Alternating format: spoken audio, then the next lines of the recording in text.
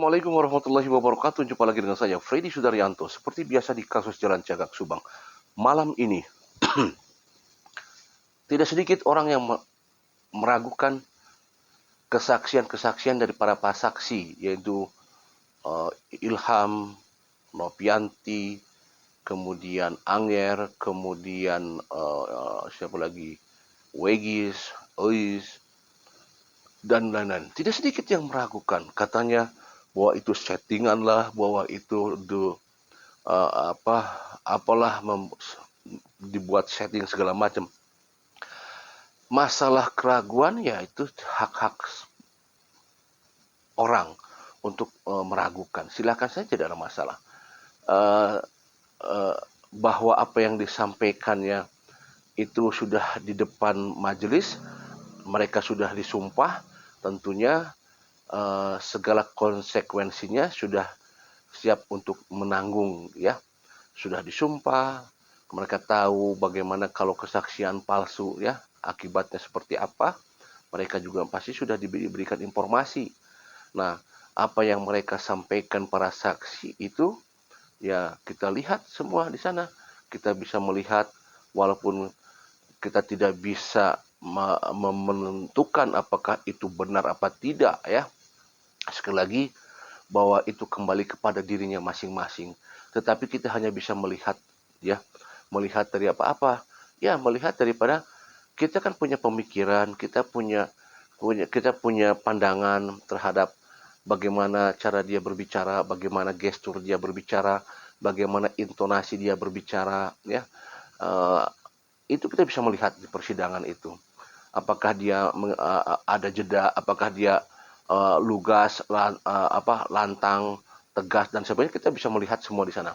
Karena begini, berbohong atau skenario itu berbanding sama dengan berbohong. Yang namanya berbohong itu akan bisa dilihat. Apalagi kalau pakar psikologi itu bisa melihat bahwa dia itu berbohong, ya. Dia dia jujur, dia bohong. Pakar psikologi itu bisa melihat, walaupun itunya sekian persen lah, ya, tidak 100%, tetapi itu kan keilmuan yang dimiliki oleh seorang psikolog, ada atas dasar keilmuan yang memang akurat. Orang psikologi akan menilai bagaimana cara dia bicara, itu akan terlihat apakah dia bohong apa tidak. Katakanlah contoh, misalkan pada saat berbicara dia banyak melihat ke kiri, ke atas, kan itu ada ciri-ciri orang berbohong seperti apa. Orang psikolog tahu semua. Kesaksian-kesaksian yang disampaikan tentunya para majelis hakim sudah bisa menilai itu semua. Kalau misalkan saya hanya bisa begini, kalau dia misalkan melihat apa yang dia lihat di TKP, kemudian ada yang bilang, wah mana mungkin itu bisa bisa tahu, itu kan sudah lama. Bagaimana dia bisa hafal? Begini, kalau saya lihat, ya, pada saat kita melihat suatu kejadian, melihat suatu tempat, itu tergantung apa? Tergantung situasi. Bagaimana dia bisa menghafal suatu kejadian yang sudah lama, ya. Ada orang yang bisa hafal dan ada orang yang tidak hafal, itu tergantung situasi. Apa itu situasinya? Yaitu begini. Katakanlah kalau saya melewati suatu tempat atau perumahan yang di sana perumahannya banyak, orangnya banyak, terus saya hanya lewat saja. Saya hanya lewat, misalkan katakanlah saya lewat ke sebuah perumahan yang perumahan itu baru saya lewati, kemudian ada orang keluar dari rumah situ, kemudian saya berangkat, udah begitu saja, tiba-tiba saya ditanyakan 1 bulan, jangan 1 bulan, 5 hari atau seminggu, mungkin saya akan lupa. Tetapi berbeda pada saat saya misalkan berjalan di perumahan itu, ya, perumahan itu, melihat ada pergerakan orang, kemudian di tempat itu ada kejadian. Apapun kejadiannya, perampokan, pembunuhan, penculikan, ada teror dan sebagainya. Ada kejadian yang ramai, menimbulkan sekerumunan banyak orang, maka akan teringat di memori kita nantinya. Berbeda pada saat saya melewat rumah itu, tidak ada kejadian apa-apa, lewat saja. Mungkin dalam 5 hari atau seminggu, mungkin pada saat ditanya lagi, pernah nggak lihat orang ini nggak? Mungkin saya akan lupa. Karena tidak ada momen gitu loh. Tidak ada momen. Biasa saja. Tetapi pada saat ada momen, maka di sini akan teringat, oh ada momen itu waktu itu. Pada saat ada momen, ada kejadian. Oh saya ingat, tadi saya lewat sini. Ada orang lewat. Karena ada momen. Momen itulah yang membuat kita jadi ingat. Kalau tidak ada momen di sana, tidak ada kejadian, maka kita lupa untuk bisa akan sangat sanksi kalau kita untuk bisa mengingat. Ya. Ilham, Wegis, kemudian siapa lagi? Itu mereka mengingat karena apa? Karena ada momen, ada kejadian di sana. Sehingga menimbulkan, oh ada kejadian, tadi saya melihat. Nah gitu loh. Jadi ada momen. Seperti halnya misalkan begini, saya ditanya, Bang Fred, ini saya sudah ada kira-kira berapa hari. Kira-kira ingat nggak waktu ada di kejadian di Ciater, bus terguling? Ada siapa aja di sana? Saya akan ingat. Oh iya, ada ibu-ibu penjaga warung 2 orang. Si ibu ini, si ibu itu, saya hafal mukanya. Kemudian ada juga si bapak yang ojek situ di situ diam. Ada juga bapak-bapak wartawan di sana dari salah satu media. Karena ada momen. Beda kalau saya hanya liwat saja, tidak ada momen di situ, saya tidak akan hafal siapa-siapa aja di situ.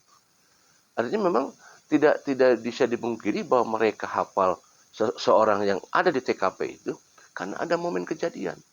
Sehingga dia mengingat, oh iya, pada saat dia mengingat, ada kejadian di rumah itu, waduh, tadi saya liwat. Ada orang itu seperti ini. Nah itu, tadi saya bilang, Kompet, hafal nggak kejadian bus itu? Saya hafal nih. Kalau saya dipertemukan lagi orangnya ini, oh ya itu, hafal. Kan ada momen. Makanya tidak memungkiri bahwa mereka hafal, walaupun misalkan harus pakai masker gitu ya. Karena lihat bentuk-bentuk badannya gitu kan. Kan ada yang gemuk, ada yang kurus, ada yang pendek gitu kan. Ya kan lihat dari gestur badan kita bisa melihat. Walaupun misalkan pakai masker seperti itu kan. Nah ini tidak bisa dipungkiri bahwa memang bisa seperti itu. Manusiawi, karena manusia akan mengingat pada saat kejadian itu ada momen, ada kejadian. Akan teringat seperti itu.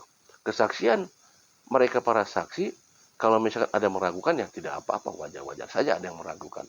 Tetapi kan sekali lagi bahwa apa yang mereka sampaikan di persidangan, apa yang mereka sampaikan adalah melihat, mendengar, dan langsung ada di lapangan. Seperti itu. Itu. Kedua, unsur apa? Unsur daripada kepentingan. Kepentingan apa mereka untuk berkata bohong di sana? Ada kepentingan apa? Ini kasus besar, bukan kasus ecek-ecek. Penuh resiko nih pada saat berkata bohong. Ya, dan tentunya sekali lagi pada saat berkata bohong atau skenario, maka dia berbicaranya juga akan terpatah-patah, nantinya akan ada banyak jeda. Tapi kalau kita lihat saksi Ilham, saksi Novianti, semua mereka begitu lancar dan lugas dan tenang juga, karena mereka mengatakan apa yang ada di pikiran dia, melihat langsung di lapangan. Seperti itu. Kalau kesaksiannya Ilham coba luar biasa kan, norolong begitu, norolong itu, jadi lancar gitu ya, walaupun hanya dengan berbagai bahasa Sunda gitu kan. Jadi tidak ada jeda, ditanya langsung dijawab, ditanya langsung dijawab, tidak mikir dulu. Siapa ini yang bisa menentukan ya? Nanti bapak di majelis hakim yang akan menilai ini semua gitu ya. Nah, kesaksian-kesaksian yang mereka lihat, ya sekali lagi, apalagi dibarengi misalkan ada pergerakan-pergerakan yang lain di saksi. Karena ini kalau lihat dari timingnya, ini dekat semua, hampir sama, antara jam 6 sampai jam 6.30. Timingnya dekat-dekat situ. Ramdhanu keluar dari sana kan jam 6.30. Ya di sana kan antara jam 6 sampai 30.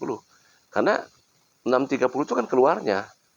Siapa tahu memang di sana sudah selesai, prosesnya sudah selesai. pengangkatan kedua jenazah ke mobil Alphard sudah selesai. Jam 6.30 Ramadhan itu kan direkonstruksi keluar. Ya mungkin saja pelaku pada saat itu melakukan suatu gerakan-gerakan atau keluar dari TKP apa dan lain sebagainya kan seperti karena persesuaian waktunya gitu 6 sampai jam 6.30 ya. Karena kan bisa saja pelaku pada saat setelah selesai mengeksekusi keluar dulu atau gimana dulu bisa saja itu terjadi seperti itu. Ya sekali lagi memang dari saksi-saksi ini ada satu saksi memang yang kita tunggu sebenarnya itu saksi Mang Ujang ya, Mang Ujang Jahri itu kan datangnya itu katanya dia pagi-pagi, nah pengen tahu jam berapa sebenarnya pagi-pagi itu Mang Ujang itu. Katanya kan ada yang melihat lagi ngasah gitu kan. Nah, itu jam berapa? Kalau misalkan ngasahnya aja, ngasah celuritnya misalkan diperkirakan jam sekian, berarti datangnya akan lebih pagi gitu kan. Nah, ini juga yang kita cari tahu juga ini sebenarnya. Jam berapa Pak Ujang Jahri datang ke sananya gitu. Siapa aja yang dilihat di sana seperti itu. Nah, baik rekan sahabat sekalian, materi malam ini adalah seputar masalah ada sebagian orang yang masih meragukan atas kesaksian para saksi yang sudah uh, ini di persidangan, ya wajar-wajar saja. Tetapi yang saya amati ya kita lihat mereka begitu lugas, tegas dan betul-betul berani. Assalamualaikum warahmatullahi wabarakatuh.